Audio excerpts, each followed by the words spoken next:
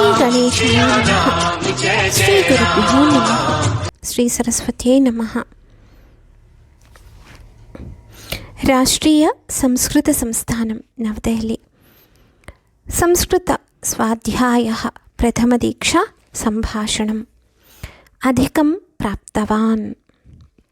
రామగోపాలः. వివాహకార్యక్రమः సమాప్తः కిం? మధుకరः.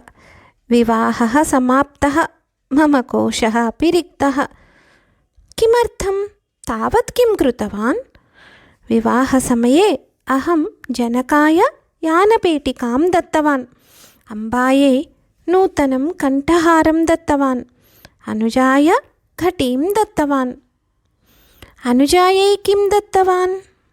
अनुजायै अहं स्वर्णमयीं लेखनीं दत्तवान्. एतावदेव न, मम मातुलाय कौशेयवस्त्राणि, मातुलान्यै कौशेयशाटिका, एवं बहुविधाः व्ययाः. विवाहसमये श्वशुरः भवते किं दत्तवान्? अहं तु वरदक्षिणां न स्वीकृतवान्, किन्तु अहम् अमेरिकायाम् अस्मि इति कारणतः सः मह्यं कारयानं, सुवर्णहारम्, एकां घटीम्, उत्तमानि वस्त्राणि, अन्यविधानि कानिचन वस्तूनि च दत्तवान्. भवतः पत्न्यै शालिन्यै अपि दत्तवान् स्यात्.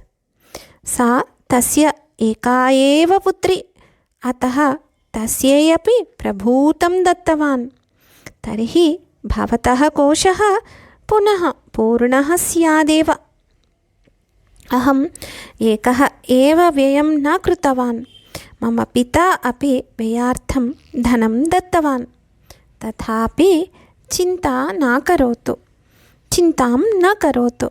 अन्येभ्यः यावत् दत्तवान् ततोपि अधिकं प्राप्तवान् अस्ति. धन्योऽस्मि. स्वस्ति.